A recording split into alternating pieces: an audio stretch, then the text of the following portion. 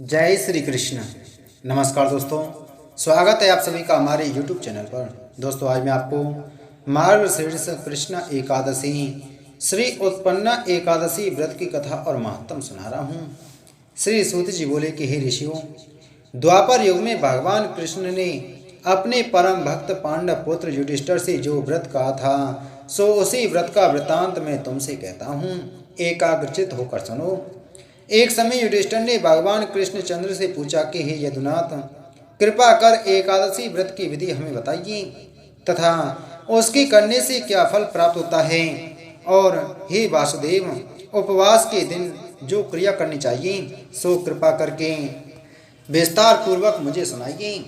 कुंती कुमार की यह बात सुनकर श्री कृष्ण बोले कि हे कुंती कुमार, तुमने आज बहुत उत्तम प्रश्न किया है, सो मैं तुमसे एकादशी व्रत का महत्तम कहता हूँ। तुम एकाग्रचित होकर सुनो। शास्त्रों के मतानुसार प्रथम हेमंत ऋतु में मार्गशीर्ष कृष्ण एकादशी से यह व्रत आरंभ होना चाहिए। दसवीं को सायंकाल में भोजन करके अच्छी तरह से दांतुन इत्यादि करके, ताकि दांतों में तनक भी अंश न रह जाए। उसके पश्चात रात्रि में कुछ भी नहीं खाना चाहिए और अधिक बोलना भी वर्जित है। एकादशी को प्रातःकाल 4 बजे उठकर सर्वप्रथम व्रत का संकल्प करें। सो विधि हम वर्णन करते हैं। अमुक संवत्सरे मतलब सम्मत का नाम लें। मार्गशीर्ष मासे कृष्ण पक्षे, क्योंकि यह मार्गशीर्ष के कृष्ण पक्ष में आती है, इसलिए मार्गशीर्ष मासे कृष्ण पक्षे पुण्यदायिनी एकादशी तिथु। अमुक वासरे, जो बार हो उसका नाम लें। अमुक गोत्रोत्पन्नो, जो गोत्र हो उसका नाम लें, यानी जो आपका गोत्र है उसका नाम लें। अमुक नामोहम, अपने नाम का उच्चारण करने के पश्चात ब्राह्मण हो तो शर्माहम, क्षत्रिय हो तो वर्माहम, वैश्य हो तो गुप्तोहम और शूद्र हो तो दासोहम कहना चाहिए। सकल जन्म जन्मांतर अर्जित पापानि तेषां सर्वनार्थ एकादशी व्रत महम करिष्ये। इसके पश्चात शौच आदि से निवृत्त होकर नदी, तालाब, बावड़ी अथवा कुएं पर जाकर मिट्टी इत्यादि इस मंत्र का उच्चारण करते हुए अपने शरीर पर लगावे। अश्वक्रांते रथक्रांते विष्णुक्रांते वसुंधरे उदयद्रतापि धराहेन कृष्णेन सतबाहुना मृतके हर में पापम यन्मया पूर्व संचितम त्वया हतेन पापेन गच्छामि परमाम गतिम। इसके पश्चात व्रत करने वाला शुद्ध स्नान करें। यह एकादशी का पवित्र व्रत चोर, पाखंडी, परनारी, गामी, निंदक, मिथ्याभाषी और किसी भी पाप करने वाले पुरुष व स्त्री को नहीं करना चाहिए, और ना ही एकादशी व्रत करने वालों को इन्हीं पुरुषों से बात करनी चाहिए। यदि भूल से ऐसे लोगों से वार्तालाप भी हो जाए तो प्रायश्चित के रूप में भगवान सूर्यदेव के दर्शन करने से यह पाप दूर हो जाता है। स्नानोपरांत धूप, दीप, नैवेद्य इत्यादि 16 वस्तुओं से सत्य आत्मा से श्री विष्णु भगवान का पूजन करें और रात्रि को दीपदान करें। यह श्रेष्ठ कर्म भक्ति तथा श्रद्धा युक्त होकर करना चाहिए।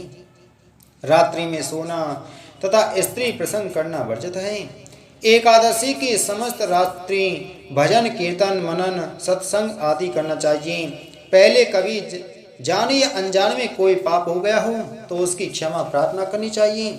गुणी और धर्मात्मा पुरुषों को चाहिए कि कृष्ण पक्ष तथा शुक्ल पक्ष दोनों ही पक्ष की एकादशियों को समान समझें।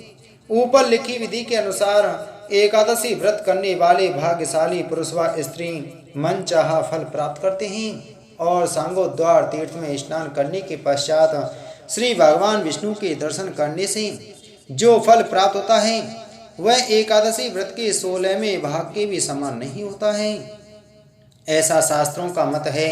व्यतिपात के दिन दान करने से लाख गुना, अथवा सूर्य चंद्र ग्रहण में कुरुक्षेत्र में स्नान करने से जो फल प्राप्त होता है वही फल एकादशी के व्रत से प्राप्त होता है। और संक्रांति में दान करने का पुण्य 4 लाख गुना होता है। अश्वमेघ यज्ञ करने और 1000 तपस्वियों को 60 वर्ष तक भोजन कराने से तथा पंडितों और ब्रह्मचारियों को भोजन कराने से भी 1000 गुना कन्यादान तथा भूमि दान करने से होता है, और उससे 100 गुना पुण्य विद्यादान करने से प्राप्त होता है, और विद्यादान से 100 गुना पुण्य भूखों को भोजन कराने से प्राप्त होता है। केवल अन्नदान से ही देवता और पितर दोनों ही तृप्त होते हैं, पर एकादशी के व्रत का पुण्य सबसे बढ़कर अधिक होता है। 1000 यज्ञों से भी अधिक एकादशी के व्रत का पुण्य होता है। एकादशी के व्रत का प्रभाव देवताओं को भी दुर्लभ है। रात्रि को जो प्राणी भोजन करते हैं उन्हें एकादशी व्रत का आधा फल प्राप्त होता है, और दिन में भोजन करने से भी उपवास का आधा ही फल प्राप्त होता है, तथा दिन में एक बार भोजन करने वालों के उसका भी आधा फल प्राप्त होता है। परंतु निर्जल व्रत रखने वालों का जो महत्तम होता है उसका वर्णन करने में देवता भी असमर्थ हैं। भगवान मधुसूदन के मुख से यह सब बातें सुन करके पांडुपुत्र युधिष्ठिर हाथ जोड़कर बोले कि हे भगवान, आप हजारों यज्ञ तथा लाख गौ दान से भी एकादशी के व्रत का महत्तम बड़ा बताते हैं। सो प्रभु कृपा करिए भी और बताने की कृपा कीजिए कि यह तिथि सब तिथियों से उत्तम क्यों मानी जाती है। इसको विस्तार पूर्वक मुझे सुना दीजिए। पांडव पुत्र युधिष्ठिर की बात सुनकर भगवान श्री कृष्ण बोले कि हे युधिष्ठिर, सतयुग काल में एक मुर नामक एक भयंकर दैत्य था, जो बलशाली और भयानक था। सो उस भयानक और प्रचंड शक्तिशाली दैत्य ने इंद्र, आदित्य, वसु, वायु, अग्नि आदि समस्त देवताओं को पराजित करके भगा दिया। तब इंद्र सहित सब देवताओं ने भयभीत होकर के भगवान उमापति भोले शंकर को अपने दुखों का कारण और मनचाहा प्रबल दैत्य का वृतांत कह सुनाया, और हाथ जोड़कर बोले कि हे कैलाशवासी अविनाशी, मुर दैत्य के भय से भयभीत होकर समस्त सुरगण बेचैन हुए मृत्यु लोक में मारे मारे फिर रहे हैं। समस्त सुर समाज को बेचैन देखकर और उनकी अनन्य विनय सुनकर भगवान भोले भंडारी बोले कि हे देवताओं, तीनों लोकों में स्वामी भक्तों के समस्त दुखों का विनाश करने वाले भगवान विष्णु की शरण में जाते ही तुम्हारे इस महान कष्ट का निवारण होगा। अर्थात वे ही सर्वशक्तिमान प्रभु सबका कष्ट हरते हैं। भगवान भोले शंकर की यह बात सुनकर इंद्र आदि समस्त देवता एकत्रित होकर क्षीर सागर पर, जहाँ शेष नाग की सैया पर भगवान कमलापति शयन कर रहे थे, जा पहुँचे। वहां पहुंचकर श्री भगवान विष्णु को सोते देखकर सब सुर समाज कर जोड़ नतमस्तक स्तुति विनती करने लगा कि शंख चक्र गदा पद्म तथा वनमालाओं से अलंकृत देवादिदेव देवताओं के देवताओं द्वारा स्तुति करने योग्य आपको कोटान कोट प्रणाम है। हे सुर नर मुनिजन की रक्षा करने वाले महाप्रभु, आपको बारंबार नमस्कार है। हे दया के धाम प्रभु, आप हमारी रक्षा कीजिए। दैत्यों से भयभीत होकर हम आपकी शरण में आए हैं, क्योंकि आप ही इस समस्त ब्रह्मांड के कर्ता धर्ता माता पिता हैं। आप ही उत्पत्ति और पालन करता तथा संहार करने वाले हैं, और सबको शांति प्रदान करने वाले हैं। आकाश और पाताल भी आप ही हैं। आप ही हम सबके पितामह सूर्य चंद्र अग्नि वायु ब्रह्मा हव्य कव्य मंत्र तंत्र यज्ञमान यज्ञ कर्म कर्ता भुक्ता भी आप ही हैं। आप सर्वव्यापक हैं। आपके अतिरिक्त चर अचर कुछ भी नहीं है। हे महाप्रभु, दैत्य ने हमें पराजित करके स्वर्ग से नष्ट भ्रष्ट कर दिया। हम सब देवता इधर उधर मारे मारे फिरते हैं। सो हे मधुसूदन, आप उन दैत्यों से हम सब की रक्षा कीजिए, रक्षा कीजिए, रक्षा कीजिए। सुर समाज की यह विनती सुनकर भगवान कमलापति बोले कि हे सुरो, ऐसा मायावी दैत्य कौन है? उसमें ऐसा कितना बल है, और वह किसके आश्रय है, तथा वह कहाँ रहता है, ये सब मुझसे कहूँ। भगवान विष्णु की यह बात सुनकर सुरराज इंद्र बोले कि हे प्रभु, प्राचीन काल में एक नाड़ी जंग नाम का राक्षस था। उसी का पुत्र महाबलशाली महापराक्रमी और विश्व विख्यात मुर नाम का दैत्य है, और चंद्रावती नाम की नगरी में रहता है।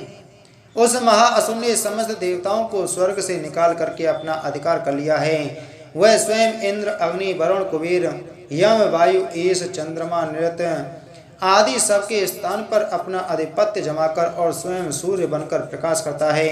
इतना ही नहीं, वह स्वयं मेघ बनकर सबसे अजय है। और असुर निकंदन उस दैत्य का संहार कर हम सब देवताओं की रक्षा कीजिए। हम सब आपकी शरण हैं। इंद्र के ऐसे वचन सुनकर भगवान कमलापति बोले कि हे देवताओं, तुम न घबराओ, मैं शीघ्र ही तुम्हारे शत्रु का संहार करूंगा और तुम सब अब चंद्रावती नगरी को चले जाओ। समस्त देवताओं सहित भगवान विष्णु भी चंद्रावती नगरी को चल दिए। उस समय दैत्यराज मूल दैत्य सेना सहित युद्ध भूमि में बड़े अभिमान से गरज रहा था। उस महादैत्य की घोर गर्जना को सुनकर सब देवता भयभीत होकर चारों दिशाओं में भाग खड़े हुए। यह देख स्वयं भगवान विष्णु रणभूमि में पहुंच गए। भगवान कमलापति को रणभूमि में देखकर दैत्य दल ने अनेक प्रकार के अस्त्र शस्त्रों से प्रहार किया। भगवान ने वह देखकर अपने तीखे बाण छोड़े जो नागों की तरह से लहराते हुए जाकर दैत्यों के अंगों को बीधने लगे। बहुत से दैत्य उनके हाथों से मारे गए। केवल एक मूढ़ दैत्य ही जीवित बचा था। वह अविचल भावना से भगवान के साथ युद्ध करता रहा। यह देख सुर समाज अत्यंत बेचैन हो गया। भगवान जो भी तीक्ष्ण बाण उसके शरीर में मारते थे वो उसके अंग में पुष्पों के समान लगते थे। शस्त्रों के से उस महादैत्य का अंग छिन्न भिन्न हो गया, परंतु वह फिर भी युद्ध करता रहा। तत्पश्चात भगवान और दैत्य का मल युद्ध होने लगा। इस प्रकार 10,000 वर्ष दोनों का युद्ध हुआ, परंतु वो महाबली दैत्य फिर भी पराजित नहीं हुआ। तब भगवान उस मूढ़ दैत्य से लड़ते लड़ते थक करके भद्रकाश्रम को चले गए। वहां पर हेमवती नाम की एक सुंदर गुफा थी, उसमें विश्राम करने लगे। श्री कृष्ण जी बोले कि युधिष्ठिर, वो गुफा 12 योजन लंबी थी और उसका एक ही द्वार था। वे वहां जाकर सो गए। वह दैत्य भगवान विष्णु को सोया देखकर मारने के लिए उद्यत हुआ। वह अभी मारने का प्रयत्न कर ही रहा था कि उसी क्षण विष्णु के शरीर से एक अति तेजस्वी तथा अत्यंत प्रभावशाली कन्या अस्त्र शस्त्र धारण किए हुए उत्पन्न हुई और उस कन्या के बल पराक्रम को देखकर आश्चर्यान्वित होकर मूढ़ उसके साथ युद्ध करने लगा। उस कन्या के बल और पराक्रम तथा वीरता को देखकर दैत्य ने विचार किया कि इस कन्या को इतना भयानक युद्ध करना किसने बताया है। यह तो बड़ा भयंकर युद्ध करती है। वह अभी विचार कर ही रहा था कि उस वीर प्रभावशाली देवी ने एक ऐसा बाण मारा कि उस दैत्यराज का रथ टूटकर चूर चूर हो गया तथा उसके अस्त्र शस्त्रों को काटकर टुकड़े टुकड़े कर दिया। तब वह मूल दैत्य मल्ल युद्ध करने लगा, परंतु देवी ने धक्का मारकर मूर्छित कर दिया। जब वह दैत्य मूर्छा से जागा तो उस कन्या ने उसका सिर काट डाला। इस प्रकार वह दैत्य तो पृथ्वी पर गिरकर मृत्यु को प्राप्त हुआ और बाकी दैत्य भयभीत होकर पाताल लोक को भाग गए। जब भगवान विष्णु की निंद्रा टूटी तो उन्होंने मूढ़ दैत्य के कटे हुए सिर व दोनों हाथ जोड़कर खड़ी हुई एक कन्या को देखा। तब भगवान उस कन्या से पूछने लगे कि हे देवी, जिस दैत्य से इंद्र आदि सब देवता रणभूमि छोड़कर भयभीत होकर स्वर्ग को भाग गए थे, उसको किसने मारा है? वह कन्या कहने लगी कि भगवान, जब आप निंद्रा में थे तो दैत्य आपको मारने के लिए उद्यत हुआ। तब आपकी योग माया द्वारा आपके शरीर से उत्पन्न होकर मैंने इस दैत्य का वध किया है। यह सुनकर भगवान बोले, हे देवी, तुमने इस दैत्य को मारकर देवताओं पर महान उपकार किया है, अतः तुम इच्छानुसार वर मांगो। तब वह देवी बोली कि भगवान, यदि आप मुझको वर देना ही चाहते हैं तो दीजिए कि जो कोई मेरा व्रत करे उसके सब पाप नष्ट हो जाएं और अंत में मोक्ष को प्राप्त हो। रात्रि को भोजन करने वाले को आधा फल और जो एक बार भोजन करे उसको भी आधा फल प्राप्त हो। जो मनुष्य भक्ति पूर्वक मेरे व्रत को करे वह निश्चय ही आपके लोक को प्राप्त हो, और जो कोई मेरे व्रत में एक बार भी भोजन न करे उसको धर्म धन और मुक्ति प्राप्त हो।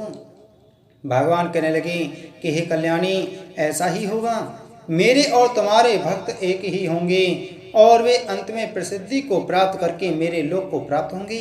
क्योंकि तू एकादशी को उत्पन्न हुई है, अतः तेरा नाम एकादशी होगा।